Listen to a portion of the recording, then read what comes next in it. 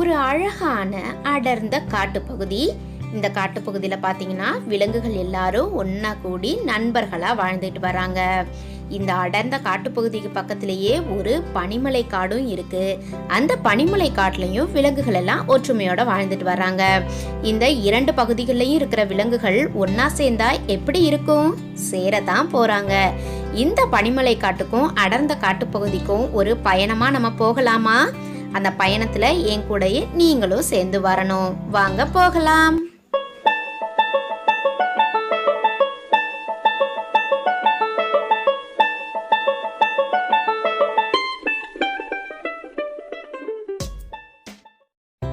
எல்லாரும் பனிமலை பயணம் போக தயாரா இருக்கிறீங்களா? வாங்க நண்பர்களே, எல்லாரும் ஒன்னா போலாம்.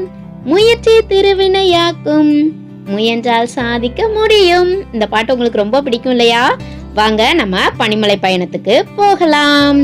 பாத்தீங்கன்னா இந்த அடர்ந்த காட்டுல 4 நண்பர்கள் ரொம்ப ஒற்றுமையா வாழ்ந்துட்டு இருக்காங்க. யாரெல்லாம் அவங்க?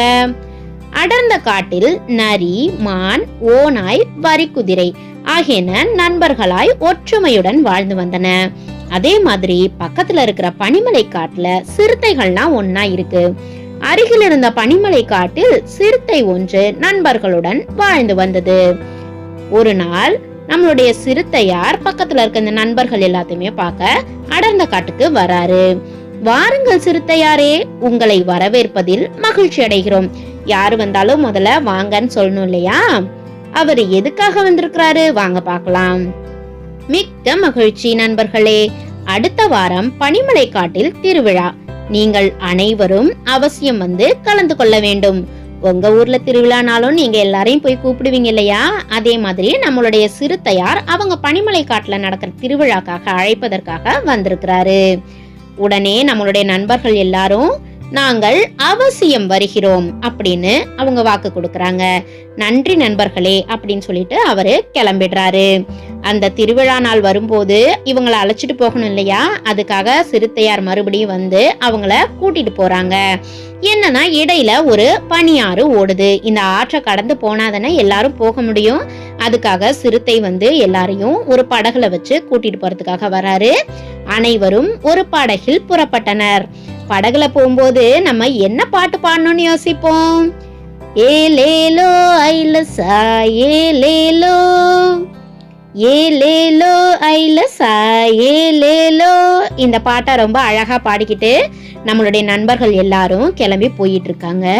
ஆனா அந்த நேரத்துல திடீர்னு ஒரு அதிர்ச்சிகரமான சம்பவம் நடக்குது.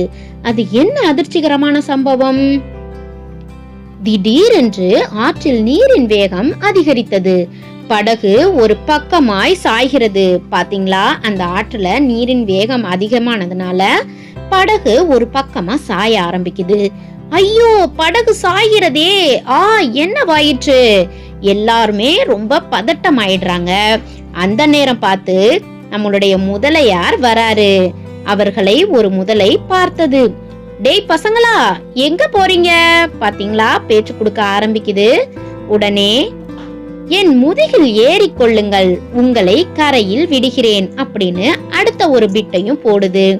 முதலையின் முதுகுல ஏறி உட்கார்ந்தா அடுத்து என்ன நடக்கும்? முதலையின் வயிற்றுக்குள்ள நம்ம சாப்பாடா போக வேண்டியதுதான். ஆனா இந்த நேரத்துல அந்த கூட்டத்துல இருக்கிற நரியாரின் வேலை ஆரம்பமாகுது. நரியின் முக்கியமான ஒரு வேலை என்ன? தந்திரம் இல்லையா? அந்த தந்திரம் எந்த அளவுக்கு இந்த நண்பர்கள் எல்லாத்துக்கும் உதவி புரிஞ்சுச்சு பார்க்கலாமா? ஐயா முதலையாரே, உங்கள் எண்ணம் எனக்கு தெரியும். முதுகில் ஏற்றி எங்களை சாப்பிட நினைக்கிறீர்கள் அப்படின்னு நம்மளுடைய நரி யோசிக்க ஆரம்பிச்சிருச்சு. ஆனா பாத்தீங்கன்னா முதலையாரும் அதையே தான் நினைக்கிறாரு. ஆஹா, நல்ல விருந்து, இன்றைக்கு ஒரு பிடி பிடிச்சிட வேண்டியதுதான். இந்த எண்ணம் நம்மளுடைய நரிக்கும் தெரிஞ்சிடுச்சு இல்லையா? அப்ப நரி சும்மா விடுமா? கவனமாக கேளுங்கள் முதலையாரே, இப்படித்தான் ஒரு முதலை கடந்த வாரம் எங்களை போன்ற விலங்குகளை அடித்து சாப்பிட்டது. கதை மாதிரி சொல்ல ஆரம்பிக்குது. கதைய நம்ம முதலையார் கேட்டுக்கிட்டு இருக்காரு. உடனே முதலை பாருங்க, அப்புறம் என்னவாயிற்று கேட்க ஆரம்பிச்சிருச்சு. பிறகு என்ன, செரிமானமாகாமல் இறந்தே போய்விட்டது. அதற்கு தயார் என்றால் நீங்கள் தாராளமாக எங்களை சாப்பிடுங்கள். எங்களை மாதிரி விலங்குகளை சாப்பிட்டு அவருக்கு செரிக்கல, அதனால அந்த முதலை இறந்தே போய்விட்டது அப்படின்னு சொல்லும்போது யோசிக்குது. உங்களை தின்றால் நான் இறந்து விடுவேனா? ஒரு அதிர்ச்சி இருந்தாலும் யாரதான் ஆசை விட்டுச்சு? அடுத்து என்ன நடக்குதுன்னு பாருங்களே. அதை பிறகு பார்த்து கொள்ளலாம். இப்போது பசிக்கிறது, இதோ சாப்பிட போகிறேன் அப்படின்னு என்ன செய்யுது? எம்பி அவங்கள சாப்பிடுறதுக்கு தயாராகுது. முதலையாரே, இன்னும் ஒரு பிரச்சனையும் உள்ளது அப்படின்னு நரி திரும்பவும் சொல்லுது.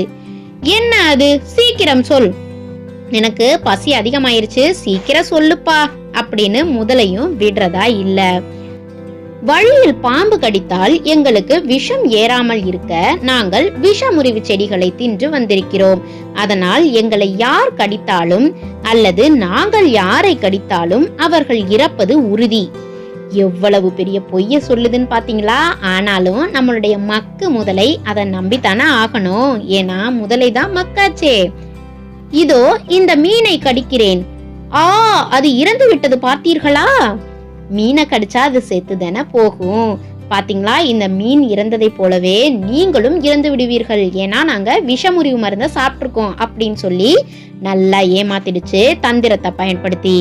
இப்ப பாத்தீங்கன்னா, ஐயோ ஆளை விடுங்க, நான் போய் விடுகிறேன் அப்படின்னு முதலை நம்பிக்கிட்டு ஆளை விடுங்கடா சாமின்னு ஓடியே போயிடுச்சு.